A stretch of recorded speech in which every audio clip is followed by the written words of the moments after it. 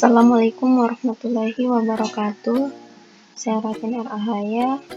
Nah, pada video kali ini saya akan menjelaskan luas manajemen investasi, di mana akan menjelaskan soal perhitungan abnormal return.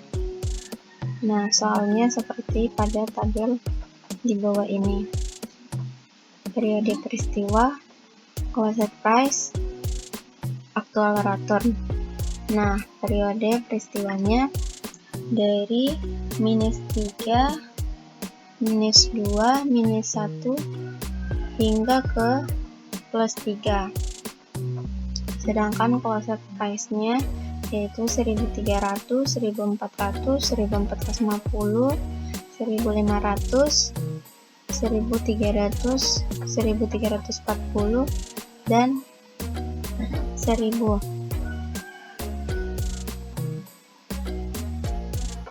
Nah, dari soal ini kita akan mencari aktual returnnya. Nah, bagaimana mencari aktual return? Aktual return yaitu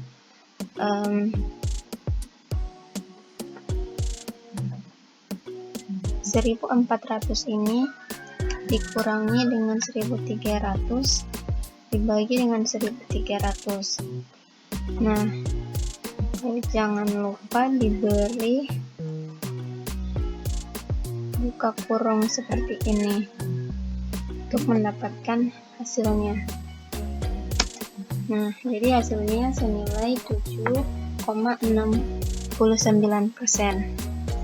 Nah, begitupun untuk mencari aktual return pada periode peristiwa -2, -1 sampai ke +3. Nah, caranya seperti tadi, yaitu dengan di sini itu 1450 ini dikurangi dengan 1400 dibagi dengan 1400. Nah, lebih singkatnya kita buat seperti ini. Nah, hasilnya sudah tertera. Nah, sudah didapatkan aktual returnnya, kemudian kita menghitung total dari aktual return ini, yaitu dengan menjumlahkan semuanya dan dibagi dengan 247. Nah, 7,69 ditambah 3,57 ditambah 3,9 ini dibagi 247. Nah, rumusnya perhitungannya yaitu dengan sama dengan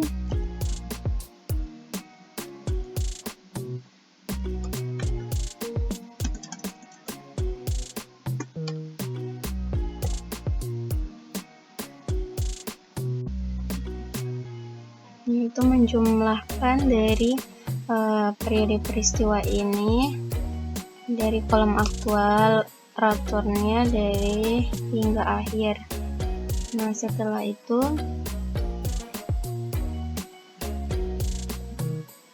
dibagi dengan 247. Nah, hasilnya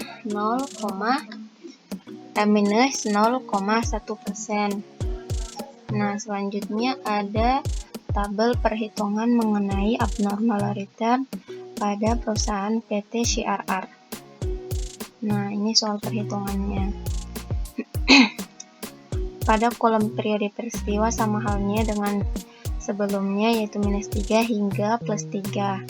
Sedangkan aktual returnnya itu diambil dari aktual return ini.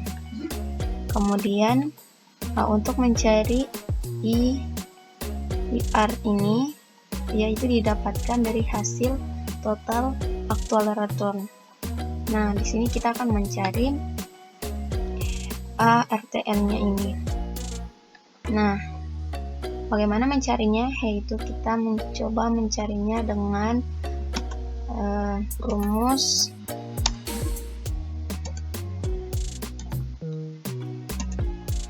yaitu sama dengan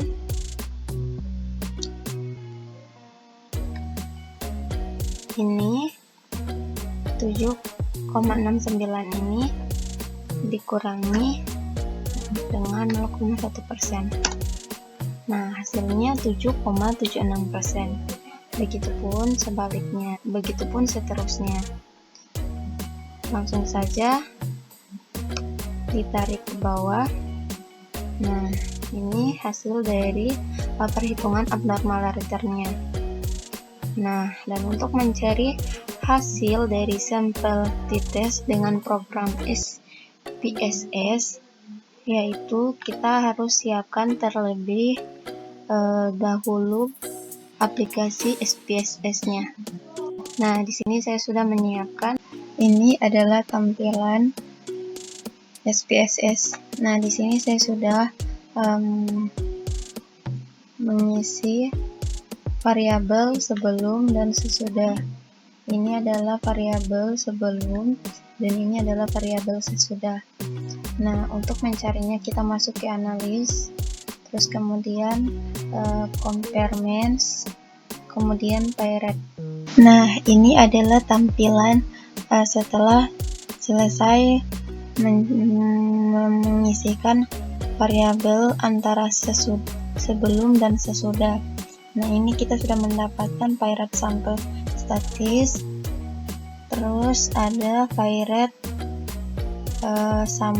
sampel correlation, dan pay-rate sampel test. Ini, kemudian ini. Nah, kemudian kalau kita mengisikannya ke dalam Excel, kita tinggal mengcopy aja. Setelah kita dapatkan dari SPSS, maka kita akan mendapatkan hasil dari sampel t-test tersebut. Nah, di sini saya sudah mengkopinya di Excel. Ini adalah tampilan di Excel. Yang pertama ini pay-rate sampel static, sebelum dan sesudah. Kemudian pay-rate sampel correlation, di mana sebelum dan sesudah. Kemudian pay-rate sampel test, di mana sebelum sampai sesudah. Begitulah hasil dari SPSS tersebut. Kemudian kita masuk ke soal kedua, di mana soal kedua ini ada data saham PT CRR 5 hari sebelum dan 5 hari sesudah pengumuman karyawan yang lulus. Nah, ini di sini ada kolom periode, rata-rata abnormal return saham, rata-rata trading volume activity, rata-rata trending frekuensi. Nah, di sini kita harus mencarinya dengan menggunakan aplikasi SPSS. Di sini saya sudah mengkopinya ke Excel dengan menggunakan cara yang seperti cara mengerjakan soal yang pertama itu. Ini adalah tampilan pengujian pay-rate sampel test, rata-rata abnormal return, sebelum dan sesudah. Kemudian ada rata-rata trading volume activity dan pengujian pay-rate sampel t-test, rata-rata trading frekuensi.